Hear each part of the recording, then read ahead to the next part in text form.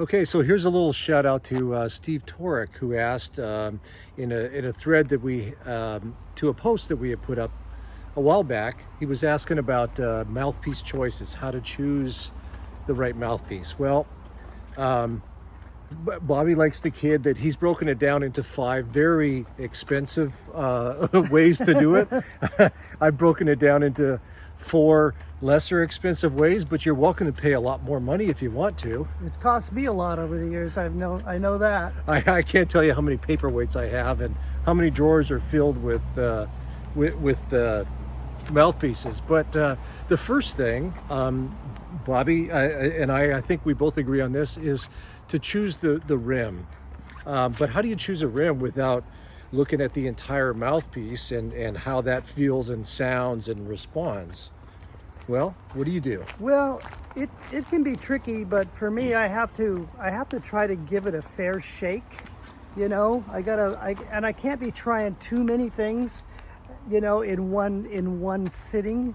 So for me, I basically kind of know the basic rim size I want, but what it comes down to for me is the shape of it, the width of it, the bite of the mouthpiece. It makes a huge difference for me. And we're all different. We all have a different dental structure. We all have a slightly different facial and jaw structures, etc. So for me, I do a lot of long tones. I like to feel, does this feel like when I'm playing, is it centered? Is my flexibility good on it? Can I go from high to low without problems? Those are some of the things I look for. How about you? Well, one of the first things that I do is just to feel how it sits on my chops.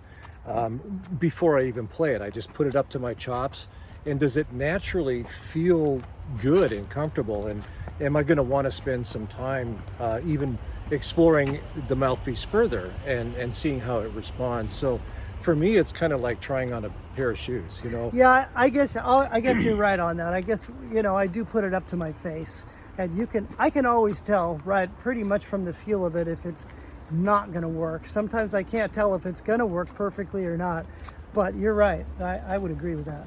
And something else that Bobby said is you know, stick with it long enough that you can actually tell, and don't change. You know, don't have a bucket full of mouthpieces, and you try it for a couple of seconds at a time. Yes, you can feel it right away to see if it's going to feel okay, and then discard it if it doesn't feel good right off the bat. But you know, if it feels pretty good, and another one feels pretty good, and another one, how are you going to narrow down the choices? So kind of stick with one for a little while so that you can feel how that's going to respond for you. Yeah, and then the other thing I might add, so then we got to go into cups a little bit.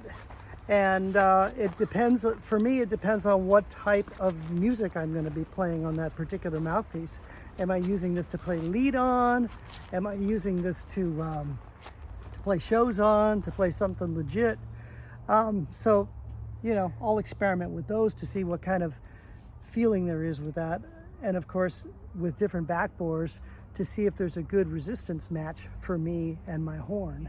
And I would also say that try to pick something that is consistent that you're going to play to test every single mouthpiece.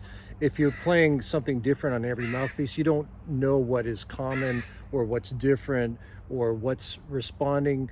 You know, if all you're playing is high notes on a really big, huge mouthpiece, but you're looking for a lead mouthpiece, well, maybe your sound is great, but you're not getting the results out of a lead mouthpiece that you want because you're not testing it, you know, in that manner. So choose something that's maybe uniform that you can try every mouthpiece on to make an informed decision. Basically, you want to cut down all the variables. Well, we hope that's useful to you. We hope you enjoy it. Enjoy working with you guys and hearing your comments. Keep the comments coming, and we'll see you real soon. Thanks.